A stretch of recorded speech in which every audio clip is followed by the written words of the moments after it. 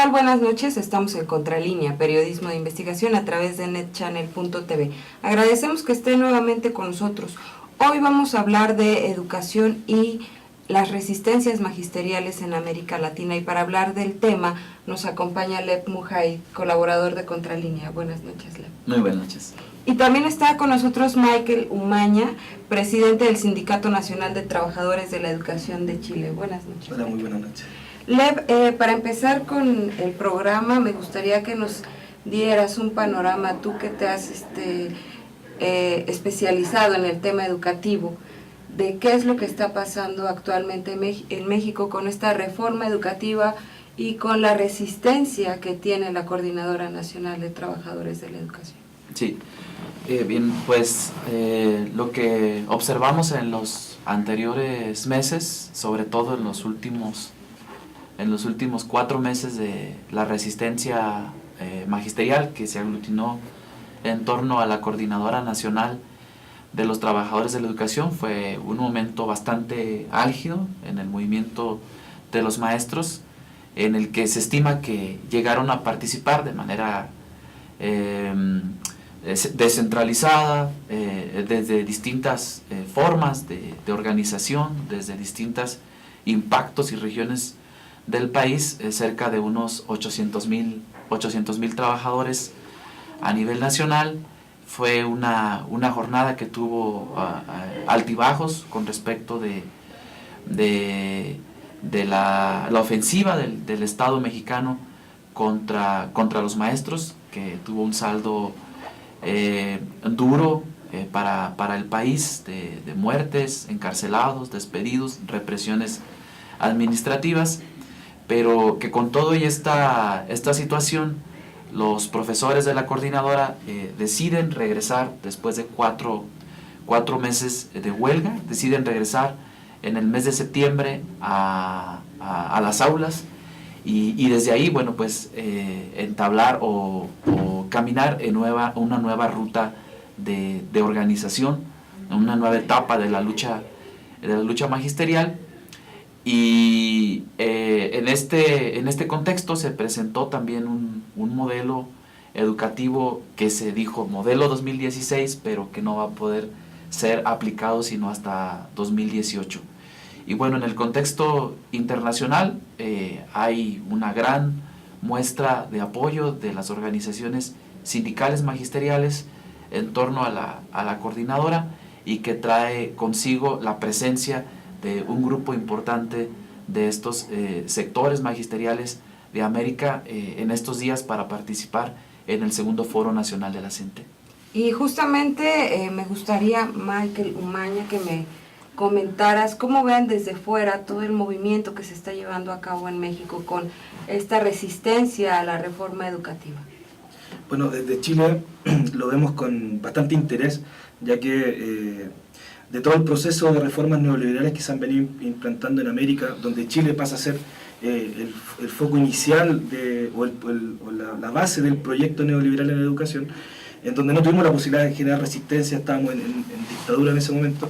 El ver la resistencia que han generado los maestros mexicanos nos hace creer también que hoy día es posible seguir enfrentando la implementación de esta reforma. Y así lo estamos viendo con distintas organizaciones sindicales del continente, en donde en primera instancia nos nucleamos detrás de la coordinadora en apoyo solidario a la lucha que estaban generando en contra de esta implementación de la evaluación punitiva, como también del maltrato magisterial que se está generando con este tipo de reformas. Y hoy día entendemos que esta idea neoliberal de precarizar la función docente, como también privatizar la educación pública, no es un tema nacional de los gobiernos nacionales, sino que es un tema continental. Y en ese sentido, para poder enfrentar en Chile, en Argentina, en Venezuela y en los distintos países donde ya sea que quedan resabios de modelo neoliberal, como en otros países que se está recién instalando este sistema, entendemos que tiene que haber una coordinación de carácter continental. En Chile hay el 36% de educación pública actualmente. ¿Cuál ha sido la experiencia para el magisterio a lo largo de estos años? Nosotros podemos hablar de una derrota de más de 40 años. La privatización de la educación pública comienza en dictadura, donde se crea además de la clásica escuela privada que se conoce en todo el mundo, que no es más de un 7%, que es la educación privada para las élites. Se crea un sistema, un híbrido, en donde hay una educación en manos de privados, pero con financiamiento público, que en el fondo se transforma en un negocio bastante importante y bastante rentable para estos empresarios, y que hace que la matrícula del sector público se vaya hacia el mundo privado, dejando en detrimento la educación pública en Chile. Es decir, endeudar al estudiante. Sí, los padres de familia son los que pagan parte de la cuota y el Estado paga la otra. O sea, en el fondo pagamos dos veces. Pagamos los padres de familia directamente a los empresarios y el Estado además entrega una subvención. Y eso hoy día con los ajustes neoliberales que está haciendo el gobierno de Michelle Bachelet, se quita el cobro a los padres de familia, pero el Estado va a entregar una doble subvención a los privados. Entonces hoy día Chile, en vez de potenciar la educación pública y entregar recursos, le está entregando esos recursos a la empresa privada para que sea una prestadora de servicio de la educación pública. Por lo tanto, entendemos hoy día que la educación chilena está en manos de privada sobre un 67%. ¿Y cuáles han sido las consecuencias, Michael? Primero, un golpe importante al magisterio. O sea, la precarización de las condiciones laborales, el que hoy día seamos los profesionales más mal pagados del sistema en el país. Y el segundo, la pérdida de un proyecto educativo. O sea, Chile hoy día no tiene un proyecto educativo como nación, lo que existen son distintos proyectos educativos en manos de privados y que en el fondo responden a los intereses económicos de las transnacionales o de las burguesías nacionales, depende de sus intereses y según cada región. Principalmente esto para producir mano de obra barata y ojalá bien calificada en algunos sectores para lo que los procesos de extractivismo de materias primas para la exportación. Esa ha sido como la lógica y por lo tanto hoy día nos lleva a que el currículum nacional empieza a perder todo sentido en la idea de crear un ciudadano crítico, un ciudadano que aporte a la sociedad, y lo que se está creando son técnicos para poder funcionar en las grandes empresas. De este modelo de educación que actualmente existe y que se intenta implantar en México, ¿cuáles serían como las características más relevantes? Hablábamos un poco de quitar o de que ya se han quitado algunas materias como la filosofía, la lógica. ¿Qué nos puedes comentar al respecto? Sí, bueno, después de una crítica constante que se hizo por parte de un sector de académicos, de un sector también del magisterio disidente, sobre todo, respecto de que la reforma que se impulsó en México en 2013 no tenía contenidos pedagógicos, no tenía contenidos educativos, presentan un modelo que le llaman modelo 2016, y en este modelo educativo aparecen una serie de conceptos que han sido ajenos durante todo el impulso de 3 décadas de neoliberalismo en nuestro país, que ocultan la realidad de lo que se está aplicando en lo concreto en las escuelas, y que es bueno la reducción de los contenidos humanísticos, es el impulso de un modelo estandarizado basado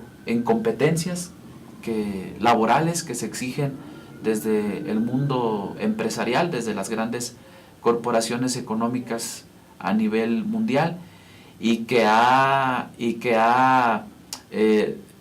reducido también la formación integral de los alumnos mexicanos solamente a unas cuantas habilidades que puedan desempeñarse dentro del mercado laboral, pero les niegan la posibilidad de un desarrollo más completo, digamos, más holístico, se dice en los términos de la pedagogía.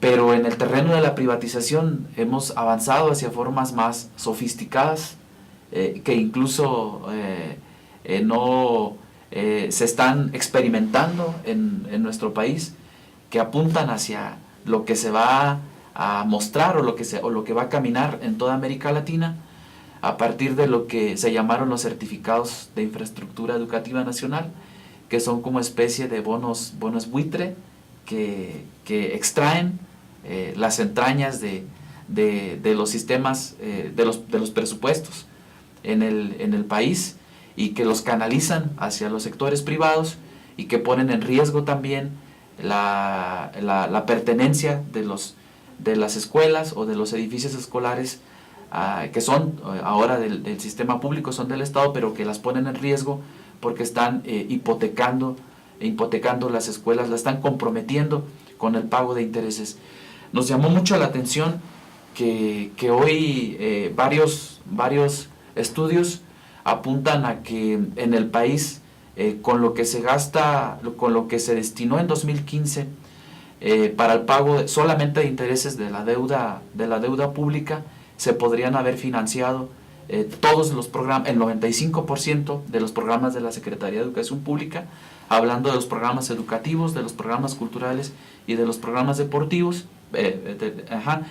y que en este contexto de endeudamiento se manifieste por parte del gobierno federal que una salida a mejorar la infraestructura de las escuelas sea otra vez los bonos de infraestructura que generan endeudamiento para el país. Es decir, esta no es una salida, es agravar todavía más el problema de la privatización en México. Claro. Permíteme hacer un corte y regresamos para seguir hablando de educación y resistencias magisteriales en América Latina.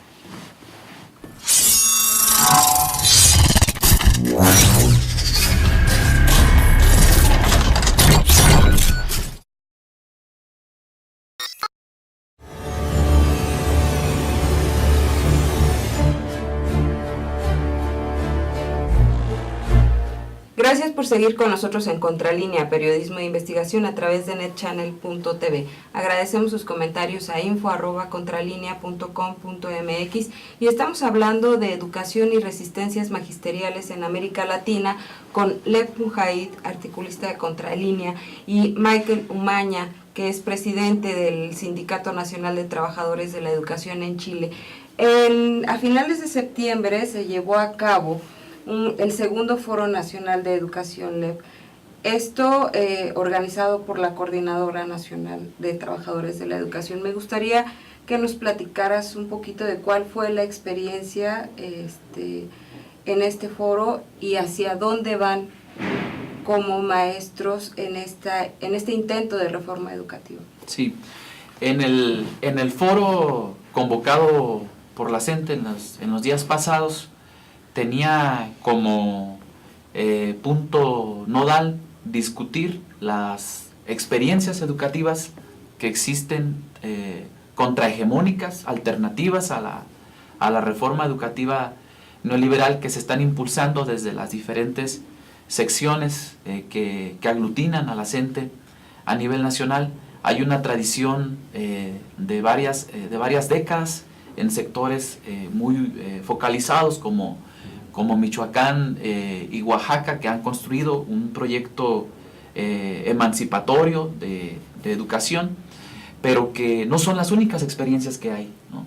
En Chiapas, en Guerrero, en Durango, en Sonora, en Zacatecas, en Morelos, hay nuevas experiencias que están emergiendo como alternativa a una formación crítica, a una formación que apuntale como el centro del modelo educativo el buen vivir al ser humano y no las necesidades del mercado y de la globalización económica.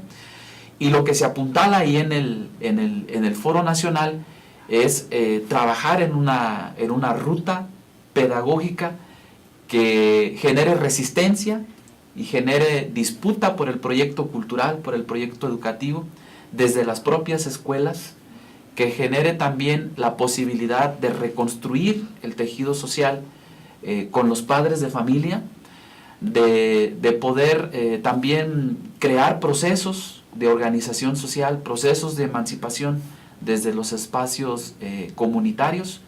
Lo que dice es que lo que nos mostró este foro es que no hay un apaciguamiento, no hay una derrota de la coordinadora después de haber regresado a clases. Lo que hay más bien es una nueva etapa de lucha magisterial en el terreno de la disputa cultural y pedagógica de las escuelas. Entonces creo que esto es lo que uno de los puntos centrales que nosotros pudimos observar dentro del foro. Y la otra parte que me gustaría que la abordara precisamente Michael es cómo desde este foro también pudo convocarse a una coordinadora continental de articulación de los movimientos magisteriales que están a favor de la educación pública y en contra del proceso destructivo de las políticas neoliberales, particularmente en el terreno de los sistemas educativos. Sí, justamente, Michael, ¿cómo amoldar o cómo coordinarse para que este movimiento no sea solo nacional, no sea solo lo que está pasando en México, sino también a nivel continente?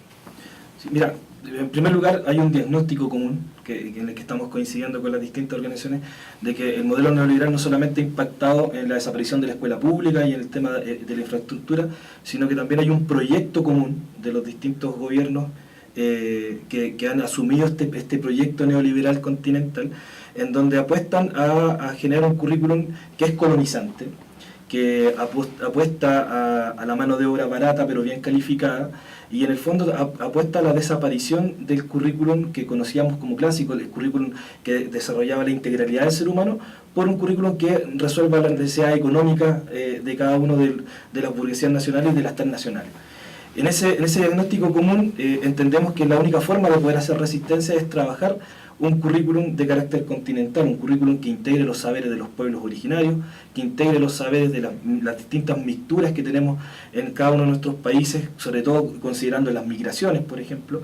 Entonces entendemos que ya no puede haber un currículum nacional en cada uno de los países, porque ya las migraciones han roto esos esquemas nacionales, que tenemos que recoger los saberes más propios de nuestra tierra y empezar a generar esa unidad que nos apunte a mirar el continente con otros ojos, con los ojos de nuestros propios pueblos. Y en ese sentido, la idea que se propone de la Coordinadora Continental por la Defensa de la Educación Pública y en contra del neoliberalismo educativo, tiene ese rol, ese doble rol, de defender la educación pública como una estructura necesaria, y evitando la privatización, por supuesto, y el desarrollo coordinado y organizado de un modelo educativo que realmente represente los intereses y las necesidades de nuestros pueblos. Se ha dicho que uno de los modelos óptimos de educación pública en todo el mundo es Finlandia. ¿Ustedes qué observaciones tienen respecto a este modelo? Hace poquito veía un documental del cineasta Michael Moore en donde nos presentaba todas las características que tiene el modelo de educación finlandés que no vemos en los países de América Latina. Bueno, en el caso de Chile, primero mencionar que todos los proyectos educativos que han funcionado en nuestro país desde el inicio de la educación pública han sido proyectos traídos de otros países, y lamentablemente en muchos casos incluso proyectos fracasados que han sido comprados e implementados de mala manera. Por lo tanto, independiente de que Finlandia hoy día pueda tener muy buenos resultados, nosotros creemos que los proyectos educativos no pueden ser traídos de lugares distintos a la realidad nuestra.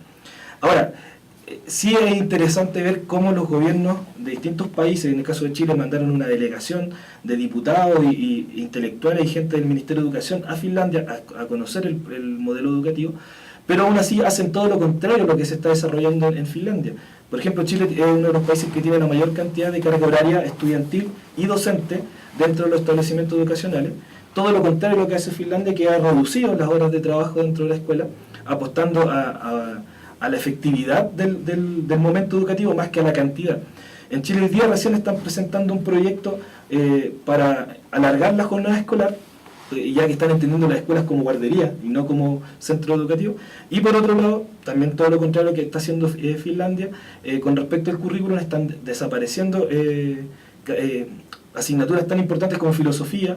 Quieren fusionar, por ejemplo, en Chile la carrera la asignatura de historia, química, física y biología en una sola asignatura que se llame ciencia. O sea, en el fondo lo que apuestan a este sorfeo de la ciencia, de tener conocimientos no relevantes, sino que solamente pequeñas miradas. No profundizar. No, eso es lo que apunta el neoliberalismo, o sea, de que manejemos información, pero solamente a modo de titulares, a modo de ciertas ideas generales, pero no profundizar. Y entendemos que las ciencias como la filosofía son elementos fundamentales para el desarrollo del ser humano.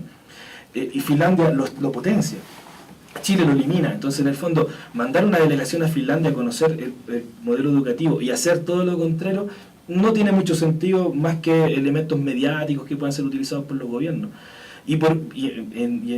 como término con respecto a esta idea, Finlandia tiene un presupuesto educacional enorme. Los docentes finlandeses son de los mejores pagados del mundo, y en el caso de Chile somos de los más mal pagados en el mundo, y el presupuesto público es uno de los más bajos del continente. Y es importante destacar que Finlandia, o el modelo finlandés, es el Estado quien provee de educación a todo individuo que forma parte de este país, ¿no, Lev? Sí, es importante destacar que justamente en Finlandia la educación es pública prácticamente en su totalidad, que apuestan al desarrollo de la vida, de la felicidad de los niños, y los hostigamientos a partir de las pruebas estandarizadas constantes desaparecieron de Finlandia, cosa que aquí aparece como una panacea, como el objetivo central de todo el proyecto, el modelo educativo mexicano, alcanzar los niveles altos partiendo de las pruebas estandarizadas. Entonces esto se eliminó prácticamente del sistema educativo finlandés. Aquí se nos ha estado insistiendo en el calendario de 200 días porque hay la falsa idea de que mientras más tiempo estén los niños y los alumnos de la escuela, las escuelas son mejores. En el sistema finlandés se demuestra lo contrario. Los niños tienen que pasar más tiempo para desarrollar sus actividades como seres humanos y un poco menos tiempo en actividades académicas. Entonces el calendario es de 185 días y no de 200 días como se propone en nuestro país.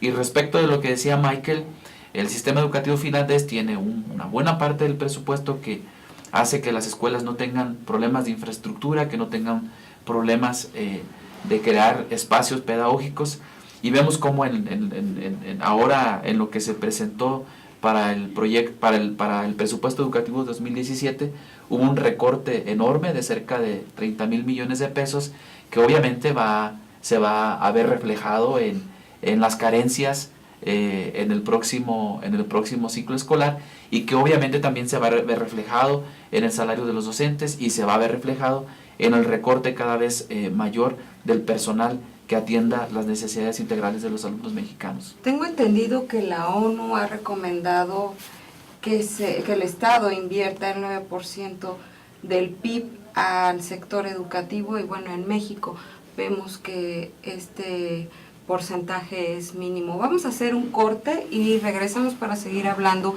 de educación y resistencias magisteriales en América Latina.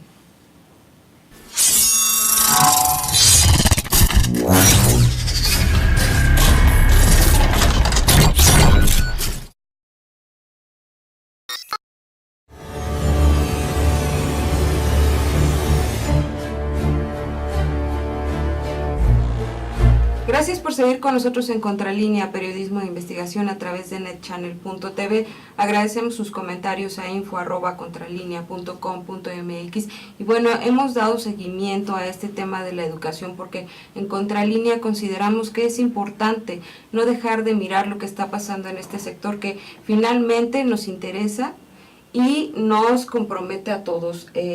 Todos tenemos hijos o hemos sido estudiantes, y bueno, el saber qué es lo que pasa con esta reforma educativa que se pretende instrumentar en México es necesario. Y bueno, me gustaría que comentáramos un poquito más, Michael, sobre esta coordinación continental para hacer un magisterio más fuerte en toda América Latina. Sí, como comentábamos en el bloque anterior, hemos visto en este diagnóstico que el magisterio continental en general ha sido muy golpeado durante años y permanentemente hemos dado luchas sumamente parceladas. Ya que entendemos que hoy día las reformas neoliberales o contrarreformas en algunos estados van de la misma mano neoliberal de la escuela de Milton Friedman, entendemos que es necesaria la unidad y la organización. Entonces, el asumir, por ejemplo, hoy día que el currículum tiene que ser descolonizante, de que tiene que haber una propuesta por parte de nosotros como profesionales, porque hoy día en casi todos los países de Latinoamérica las leyes permiten que cualquier profesional pueda hacer clases. Entonces, también con eso se ha golpeado la profesión docente, que se supone que somos los expertos en educación y por lo tanto debemos ser quienes desarrolláramos los proyectos educativos, tanto como en los territorios y las comunidades, pero también los proyectos a nivel de Estado y a nivel de continente. Entonces, en ese sentido, nosotros creemos que tenemos la experticia, tenemos las capacidades para poder desarrollar los proyectos educativos que puedan en el fondo apostar a un mejor vivir, como lo planteaba Lev, dejar de lado estos conceptos de calidad industrial que intentan imponernos, y apostar hacia la dignidad de nuestros pueblos, hacia la dignidad de los trabajadores y hacia el desarrollo de todos los conocimientos y el desarrollo máximo del intelecto del ser humano. Y no como hoy día que hace la escuela pública o como privada, de tratar de achatar los conocimientos, de mantenerlos limitados y solamente instrumentalizar los elementos técnicos que permitan desarrollar funcionalidades laborales que al final responden a necesidades económicas de otros y no de nuestros países. Así que en ese sentido creemos que el avance de la coordinadora nos va a dar una fuerza importante. Vamos a seguir solidariamente apoyando las luchas de la CENTE acá en México, pero también solidariamente las luchas de cualquier otro magisterio en el continente y en el resto del mundo, como se ha ido dando con las últimas movilizaciones. Así que eso es fundamental. ¿Sería México el engrane más importante para llevar a cabo esta coordinación? ¿O qué otros países están arrancando con fuerza? Nosotros partimos este espacio de unidad con la solidaridad con la CENTE, así que por lo tanto para nosotros, por lo menos desde Chile y los compañeros de Venezuela, que estamos trabajando ya hace tiempo esta idea, para nosotros el centro operacional viene siendo el apoyo directo de la CENTE y el desarrollo de resistencia que tiene la CENTE acá en México. Creemos que es un ejemplo a nivel continental, ya tanto sus propuestas como la resistencia a los embates del neoliberalismo, y por lo tanto en ese apoyo solidario, pero también de tomar experiencias, creemos que para nosotros es fundamental la experiencia que está llevando adelante la CENTE como movimiento de masa. Y justamente la CENTE lleva a cabo o está impulsando una iniciativa para reformar la reforma. ¿Nos podrías platicar un poquito de eso? Sí. Mira, para mí es importante explicar previamente por qué la coordinadora es un actor un actor central para impulsar una iniciativa ciudadana. No es la única iniciativa ciudadana que se está presentando para poder reformar la reforma, hablando de la reforma educativa. Un partido político también ya presentó una propuesta de contrarreforma, pero nos parece que quien debe asumir esa responsabilidad es justamente la coordinadora. Me llamaba mucho la atención que hace unos días el grupo GEA hace una encuesta para medir, para saber cuál es el ambiente político que hay en el mes de septiembre. Y me llamaba mucho la atención porque el grupo GEA advierte una caída en los niveles de aceptación del presidente de la República, pero no solo en su figura política como gobernante, sino que también en algunas de las reformas, particularmente la reforma educativa, tiene niveles de aceptación muy bajos, niveles de rechazo muy altos. Pero todavía me llamaba mucho más la atención por lo que se percibía anteriormente en las movilizaciones de la coordinadora, que la CENTE tiene un nivel de aceptación alto, por encima incluso del presidente de la República, por encima incluso de los propios partidos políticos. Y en ese sentido, yo creo que con este contexto de legitimidad que construyó la CENTE a lo largo de una jornada álgida de movilizaciones por la defensa de la educación pública, es la CENTE y no otro sector de la ciudadanía quien tiene toda la calidad moral para presentar una iniciativa de reforma, una iniciativa ciudadana de reforma a la reforma educativa. La iniciativa se está construyendo, todavía se está afinando, pero en términos generales lo que se pretende es volver el tema educativo al artículo 3º, volver a su esencia del constituyente del 17 y quitarle la parte laboral que no debe estar en el artículo 3º. Nosotros tenemos el artículo 123 para que ahí se muestre las regulaciones de los trabajadores en todo el país. Entonces es volver a dignificar el artículo 3 y además que el artículo 3 contenga las aspiraciones filosóficas, históricas de un pueblo, y que no sean las aspiraciones empresariales que se plasman en un concepto que se incrustó en 2013, que es el concepto de calidad entendida como calidad empresarial o como calidad industrial. Entonces creo que estos son los elementos centrales que se están construyendo en la iniciativa ciudadana de la coordinadora, pero que además pase o no la propia iniciativa dentro de las cámaras legislativas, servirá como una ruta interesante para poder reaglutinar a la sociedad civil, para poder reaglutinar el magisterio en un eje que puede ser la ruta constitucional, y que además, bueno, esto también va agotando los canales constitucionales que han estado hasta hoy cerrados por parte del Estado mexicano. Bien, pues desafortunadamente se nos acabó el tiempo. Agradezco mucho, Michael, que hayas estado con nosotros. Un último comentario. Muchas gracias a ustedes por la invitación y el llamado a todo el pueblo latinoamericano hoy día de confiar en sus maestros, de apoyar a sus maestros en las distintas luchas magisteriales, porque es sumamente importante que recuperemos la educación, defendamos la educación pública como una estructura necesaria para nuestros países, pero también que recuperemos el currículum como una herramienta necesaria de dignidad para nuestros pueblos. Muchas gracias por haber estado con nosotros. Gracias a ustedes. Lev, un último comentario. Bueno, me gustaría a mí enfatizar que pese a que los medios de comunicación oficiales, aliados al poder, han difundido una idea victoriosa del gobierno mexicano hacia la coordinadora, a mí me parece que la coordinadora hoy salió bien librada después de su huelga magisterial, que lo que sigue para el sector magisterial es una etapa reorganizativa, que si bien hubo elementos como la suspensión provisional de la evaluación para que ya no fuera obligatoria sino voluntaria, no debe haber confianza de parte de los maestros. Estas maneras en cómo se va deteniendo la reforma siguen dependiendo de la capacidad de movilización de la propia CENTE y no de la voluntad del gobierno federal.